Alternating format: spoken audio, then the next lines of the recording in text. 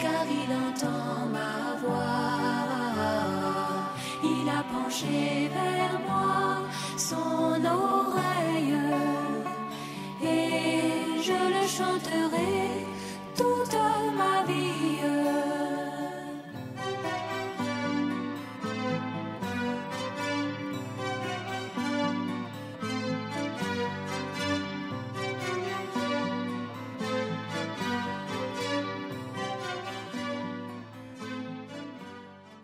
Veuillez vous lever, s'il vous plaît.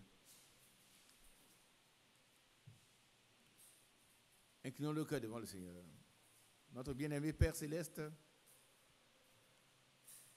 n'ayons pas peur, parce que toi, tu connais le chemin et tu nous précèdes sur ce chemin rocailleux. Nous avons toujours la victoire avec toi, Seigneur. Bénis tes serviteurs et tes servants qui sont réunis en cet endroit pour recevoir tes promesses qui sont oui et amen en Jésus-Christ. Bénis chacun d'eux. Tu connais les besoins personnels de chacun de nous. Ce soir encore, nous croyons que tu nous exauces. Oh, tu as dit, tout ce que vous demanderez en mon nom, je le ferai. Nous avons foi que tu nous exauces. Tu accordes à chacun selon son besoin, conformément au sein de l'Écriture. Que nous repartons revigorés. Nous repartons ici rassurés. Que celui qui se confie en toi n'est jamais confondu. Il ne le sera jamais. Oh, sois lui exalté. Au nom puissant de Jésus, nous te prions. Amen. Veuillez vous asseoir, Dieu vous bénisse richement. Nous sommes encore très heureux de nous retrouver chaque fois dans la maison du Seigneur. Nous venons reprendre des forces pour notre préparation. Et un jour, nous ne savons pas quand. Nous ne savons pas quand un jour cette préparation prendra fin. Mais ce qui est certain, lorsque la fin arrivera, que nous soyons avec le Seigneur. Alléluia. Que nous puissions être avec lui. C'est ma plus grande aspiration, que nous puissions être avec lui ces jours-là. Que Dieu bénisse chacun de nous. Nous allons continuer notre thème. Les promesses de Dieu s'accomplissent pour ceux qui croient. Avec un sous-thème, ta postérité possédera la porte de ses ennemis. Qui a médité cela pendant la semaine dernière? On a commencé et nous savons que c'est vrai. Dieu lui-même, ce qui sort de sa bouche s'accomplit toujours. Alléluia. Et la postérité de Dieu, c'est vraiment le Seigneur Jésus-Christ. Amen. Et c'est en lui que nous avons la victoire sur tous nos ennemis. Tous nos ennemis, tout.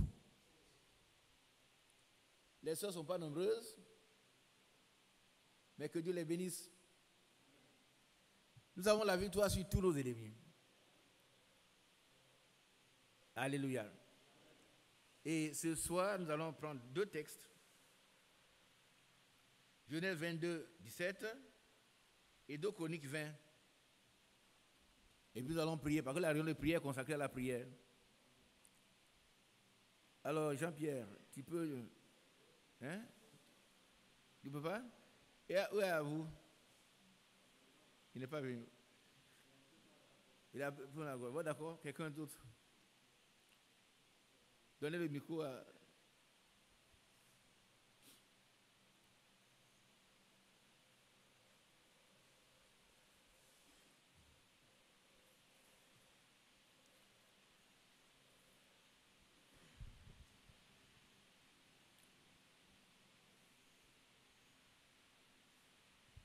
Deux Chroniques. Non, on va lire d'abord Genèse 22, 17. Genèse 22 à partir du 1er jusqu'au 17. C'est bon. Genèse 22. Oui.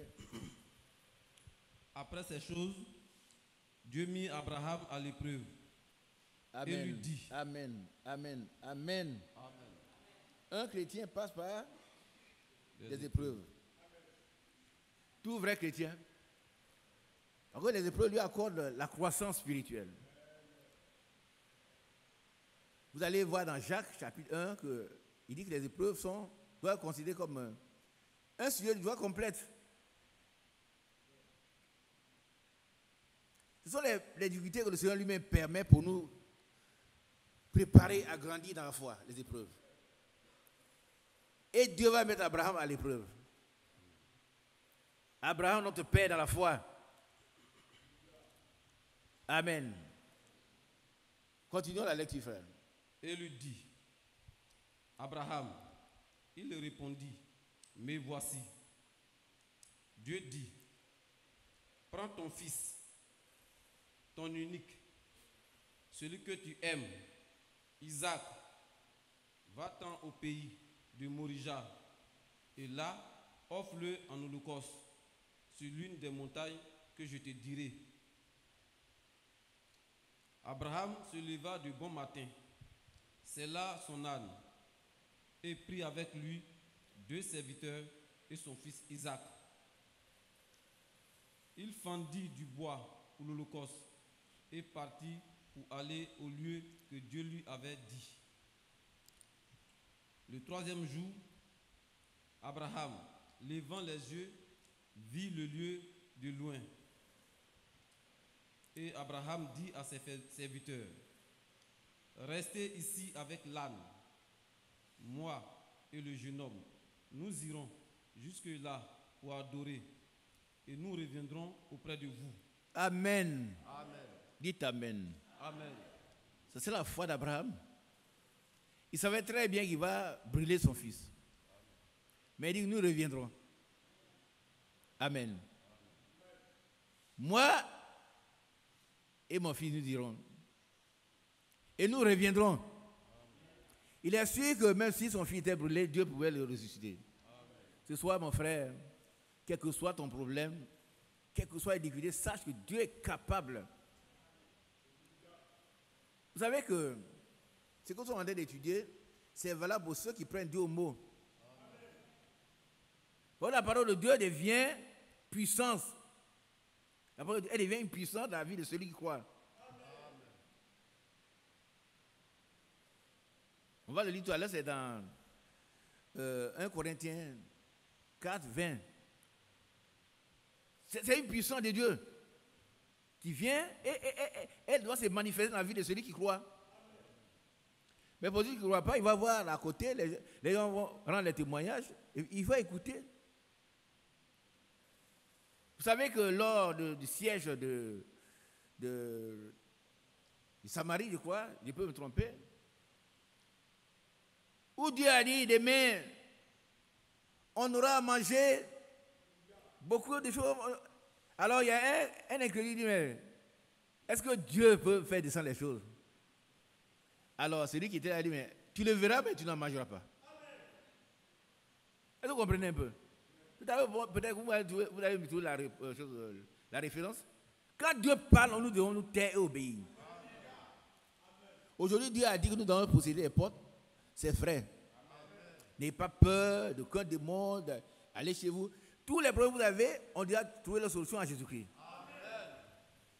Il n'a aucun intérêt à vous parler, à vous enthousiasme. C'est une réalité.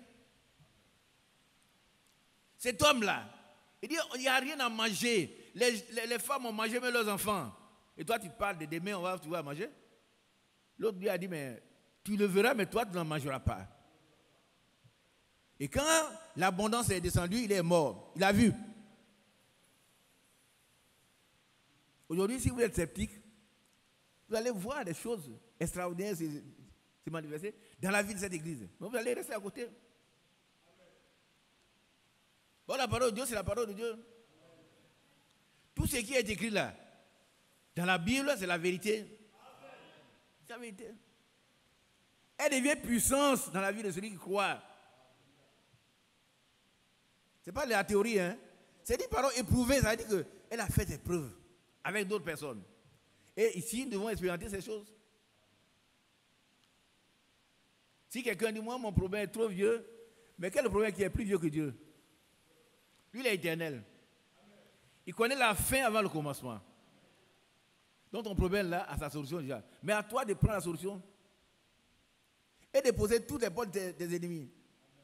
Continuons, mes bien-aimés. Abraham prit le bois pour l'holocauste, le chargea sur son fils Isaac et porta dans sa main le feu et le couteau. Et ils marchèrent tous deux ensemble. Alors Isaac, parlant à Abraham, son père, dit, « Mon père. » Et il répondit, « Me voici, mon fils. » Isaac reprit, « Voici le feu et le bois, mais où est l'agneau pour l'holocauste? » Et qu'est-ce qu'il va dire? Abraham répondit, « Mon fils, Dieu se pourvoira lui-même de l'agneau pour l'holocauste. » Gloire à Dieu. Amen. Dieu, c'est le Dieu qui pourvoit. Amen. Frère, acceptez ces choses. Dieu se pourvoira lui-même.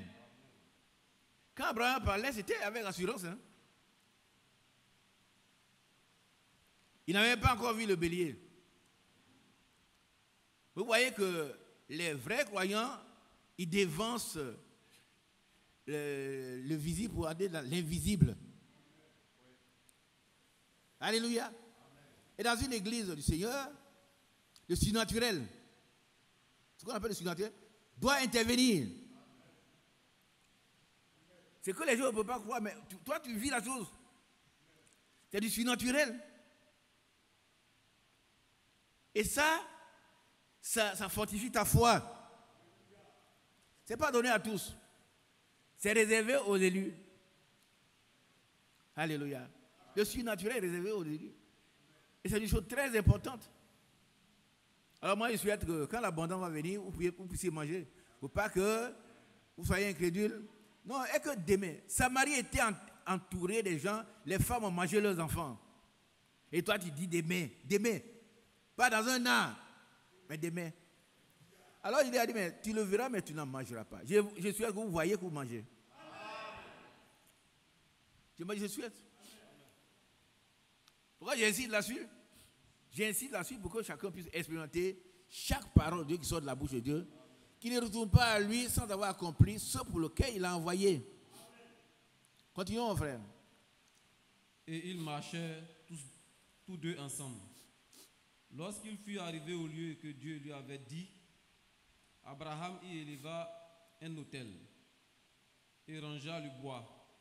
Il lia son fils Isaac et le mit sur l'autel, par-dessus le bois. Puis Abraham étendit la main et prit le couteau pour égorger son fils. Alors l'ange de l'Éternel l'appela des cieux et dit, « Abraham, Abraham. » Et il répondit, « Me voici. » L'ange dit, « N'avance pas ta main sur l'enfant et ne lui fais rien, car je sais maintenant que tu crains Dieu. » Alléluia. Amen. Bien aimé que Dieu dise cela à chacun de nous. Amen. Je sais maintenant que tu crains Dieu. Mais avant de continuer, frère Mathieu vous salue. Il est allé à Iré pour une mission.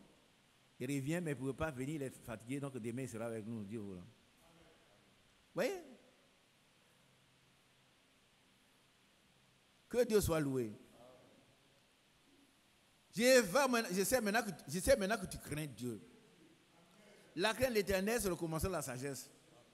Et le commencement de la sagesse, c'est la haine du péché.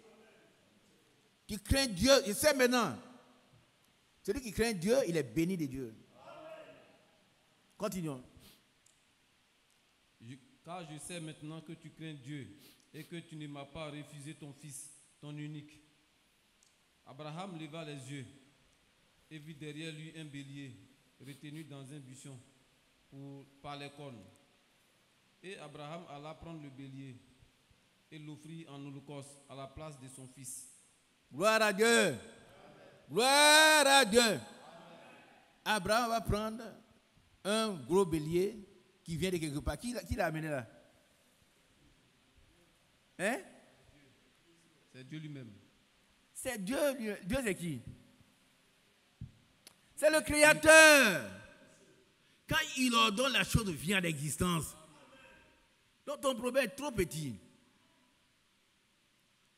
Si tu veux, tu feras la gloire de Dieu. Et mon juste vivra par sa foi. Ce n'est pas par la foi de ton frère, mais par ta foi. Habakkuk chapitre 2. Mon juste vivra par sa foi.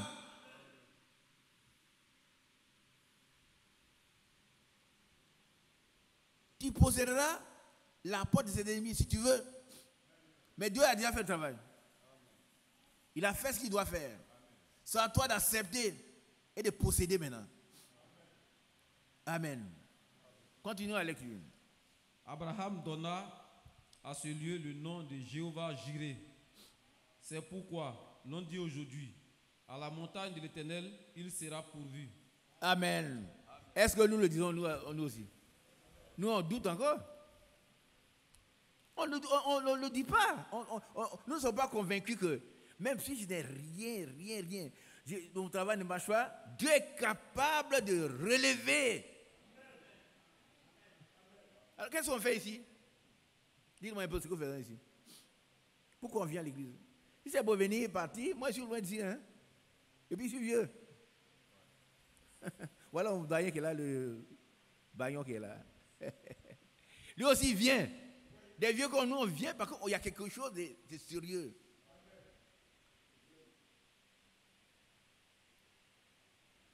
Ce que Dieu dit là, c'est la réalité. C'est la vérité. C'est certain. Soyons certains de Dieu, frère. Le frère Branham nous dit ceci. Il dit, bien aimé, si Dieu ne nous répond pas, nous sommes les gens les plus malheureux du monde. Mais il va nous répondre. Amen. Mais nous sommes trop pressés.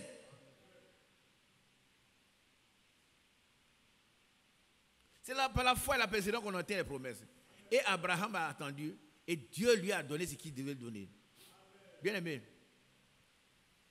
est-ce que nous sommes prêts à expérimenter la puissance de Dieu? Amen. Le surnaturel doit agir dans cette église. Amen. Et chacun de nous doit venir rendre du témoignage. Amen. Par rapport aux naissances, on a 3 déjà. Amen. Oui. Pour lesquels nous prions. 3. Et les autres vont suivre. Amen. Les autres vont suivre. On va présenter des enfants ici. Celui qui ne croit pas, il pense que c'est un jeu. Bon, le vieux là, il vient là. Non. C'est par expérience. La parole de Dieu, elle est vraie. Et celui qui la prend pour vrai, et bénéficie de la véracité, la puissance qui se trouve dans ce nom de Jésus. Amen. On a vu la lecture. Continuons. L'ange de l'Éternel appela une seconde fois Abraham des cieux et dit, je le jure par moi-même, parole de l'Éternel, parce que tu as fait cela, et que tu ne m'as pas refusé ton fils, ton unique. Ton unique. Regardez un peu. Et Isaac, c'est le type de Jésus-Christ. Est-ce que vous comprenez un peu? Isaac, là, c'est un type du Christ. Aujourd'hui, nous sommes dans une meilleure dispensation qu'au temps d'Abraham. C'était le type. Mais le Seigneur lui-même, il est venu. Amen. Qui comprend cela? Amen. Isaac, c'était un type. Mais lui-même, le vrai, il est venu. Et il a dit, tout est accompli. Amen. Il a dit, toutes tes promesses sont déjà résolues. Amen. Mais c'est à toi d'accepter maintenant. Amen. Il te sera fait selon ta foi. Amen. C'est clair, hein? C'est clair. Et puis, peut-être demain, j'en parlerai encore. Ne vous laissez pas entraîner par le diable. Il vous dit, oh non, toi, tu as trop péché. Oh, quand tu étais dans le monde, mais tu étais dans le monde, tu n'es plus dans le monde. Est-ce que vous comprenez un peu? Ta vie passée est passée, c'est fini. Dieu a jeté tous tes péchés dans la main de l'oubli, il ne s'en souvient plus jamais. Désormais, tu as une nouvelle vie. Tu as une nouvelle vie. Et même le frère m'a dit ceci. Aussi longtemps que vous serez dans la chair, vous aurez des faiblesses. Mais Dieu n'y attend pas. Par contre, Allez écouter ça dans l'unité. Moi, j'écoute ça chaque jour. Par contre, c'est que comment dire, la chute qui a eu lieu dans le jardin d'Éden, Dieu est venu pour rétablir l'unité avec nous. Amen. Par son Esprit Saint. Mais ça ne veut pas dire qu'on doit aller pécher. Non, ce n'est pas la même chose. Hein. Quelqu'un qui dit, moi, il fait un programme de péché, ce n'est pas un chrétien d'abord. Mais un chrétien qui tombe, Dieu le relève. Alléluia. Continuons, mon frère. Je te bénirai et je multiplierai ta postérité, comme les étoiles du ciel, oui, et comme le sable qui est sur le bord de la mer. Et ta postérité possédera la porte de ses ennemis. Alléluia. Nous allons prendre 2 Chroniques, chapitre 2 Chroniques, 20. 2 Chroniques, chapitre 20.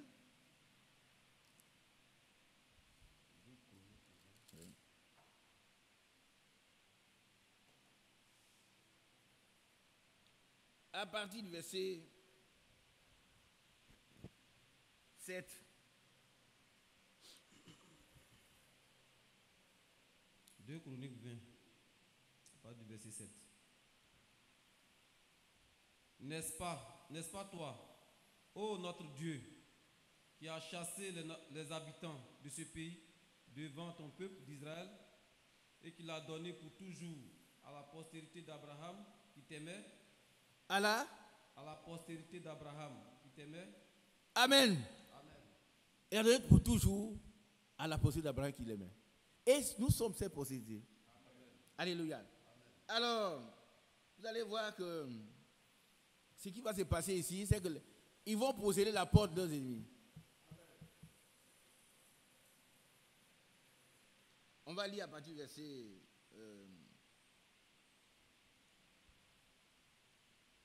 continuons la lecture, on a dit au 7, continuons maintenant. Ils l'ont habité et ils t'y ont bâti un sanctuaire pour ton nom en disant, si nous survient quelque calamité, l'épée, le jugement, la peste, la peste. Amen. Amen. Cette peste qu'on appelle le corona prendra fin. Dieu, c'est Dieu qui est. Nous, on peut se protéger, c'est bien. On doit le faire. Moi, je le fais. Mais lui, il est notre suprême protecteur. Amen. Il va mettre fin à ça. Nous devons nous protéger. C'est normal. Mais il va mettre fin. Il dit la peste. C'est une peste. Continuons. Nous nous présenterons devant cette maison et devant toi, car ton nom est dans cette maison. Nous crierons à toi du sein de notre détresse, et tu exauceras et tu sauveras. Amen. Amen. Tu feras quoi? Tu exauceras. Et tu sauveras. Allons-y. Maintenant, voici les fils d'Ammon et de Moab, et ceux de la montagne de Séir, sur lesquels tu n'as pas permis à Israël d'entrer quand il venait du pays d'Égypte. Car il s'est détourné d'eux et il ne les a pas détruits. Les voici qui nous récompensent en venant nous chasser de ton héritage. Donc, ils ne pourront pas. Ils sont venus, mais ils vont échouer. Amen. Ils vont échouer, vous allez voir ce qu'ils vont faire. Voilà, continuons. Donc tu nous as mis en possession. Ô notre Dieu, n'exerceras-tu pas tes jugements sur eux? Il va le faire. Amen. Amen. Car nous sommes sans force devant cette multitude nombreuse qui s'avance contre nous. Et nous ne savons que faire, mais nos yeux sont sur toi. Amen. Alléluia. Amen. Quand on ne sait que faire, les yeux sont tournés vers Jésus. Amen. Lui, il sait. Il a déjà accompli la chose. Gloire à Dieu. Amen. Continuons la lecture. On va finir de lire et puis on arrête. Le frère va venir nous faire prier. C'est tout.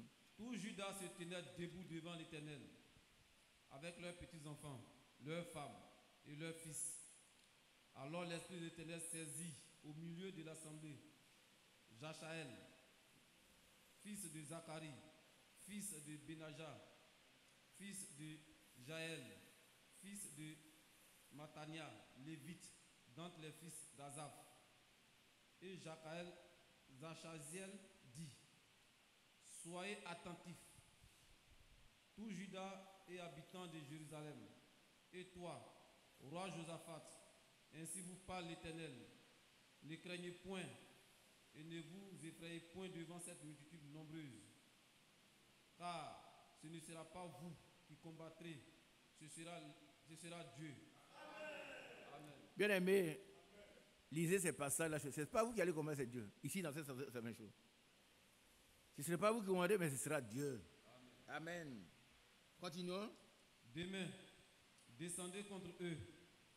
Ils vont monter par la montagne de Sith. Dieu dit même par où ils vont passer.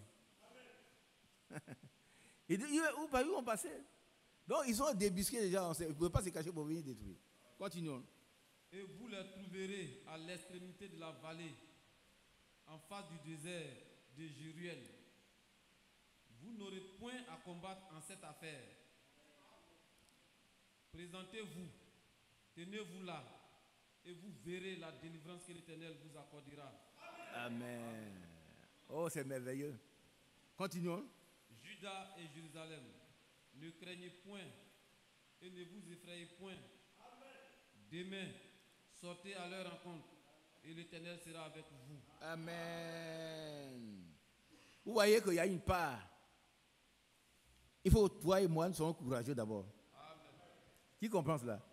S'ils étaient à la... Non, ils sont nombreux, ils sont forts, ils sont armés. Est-ce que je peux aller? Mais comme le petit David, tout petit. Il dit comment cet incirconcis va venir troubler le peuple de Dieu pendant 40 jours. Je vais lui couper la tête. Est-ce que David a coupé la tête à Goliath? Toi aussi, tu vas couper la tête à tous tes ennemis. Amen. Si tu veux, hein. Mais si tu dis, bon, moi, je ne peux pas, tu ne peux pas. Tu t'exclus. Mais si tu prends au sérieux ce que Dieu dit, il dit avancer. Il faut avancer. Les chaînes vont tomber. Amen. Et puis les forces destructrices qui sont là vont être détruites elles-mêmes. Amen. Et d'accorder la délivrance, la liberté. La victoire sur tes ennemis. Continuons. Josaphat s'inclina le visage contre terre. Et tout Juda et tous les habitants de Jérusalem tombèrent devant l'Éternel pour se prosterner en sa présence. C'est l'humilité devant Dieu. Tout le monde doit se prosterner. Il n'y a pas un bishop, il n'y a pas quelqu'un. Tout le monde. Tout le monde doit se prosterner devant le grand Dieu créateur du ciel et de la terre. Allons-y. Les Lévites, d'entre les fils des Kéatites et d'entre les fils des Coréites, se levèrent pour célébrer d'une voix forte et haute l'Éternel, le Dieu d'Israël. Gloire à Dieu. Amen. On s'arrête un peu là. Frère, nous devons louer le Seigneur, le louer, le louer, le louer, le louer, le louer, le louer, le louer. Et apprenez à louer le Seigneur chez vous à la maison. Chantez les cantiques, les louanges. Chantez. Le Seigneur, vous allez le glorifier, le magnifier, et lui, il va vous exaucer.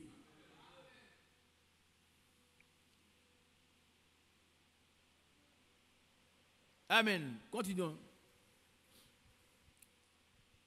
Le lendemain, il se mit en marche de grand matin pour le désert de Tekoa.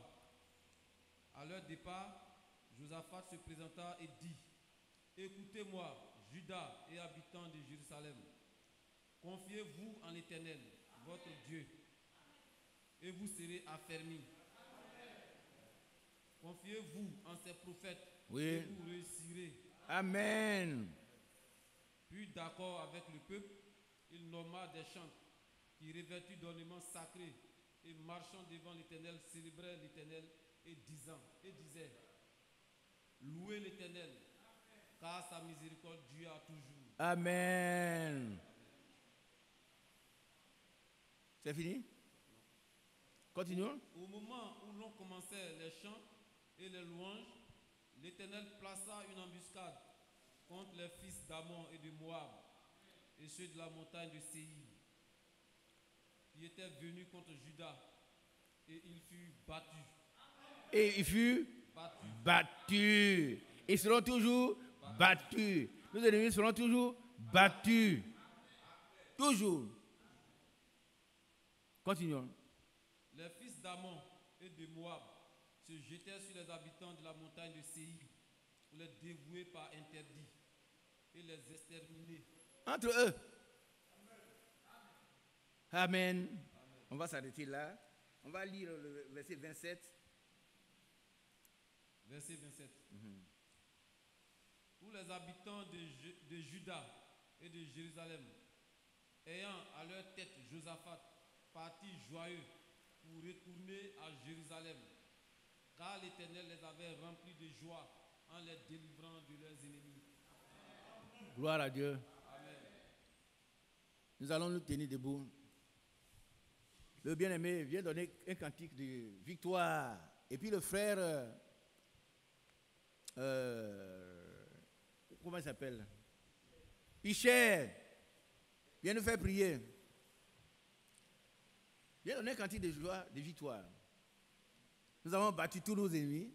On est heureux.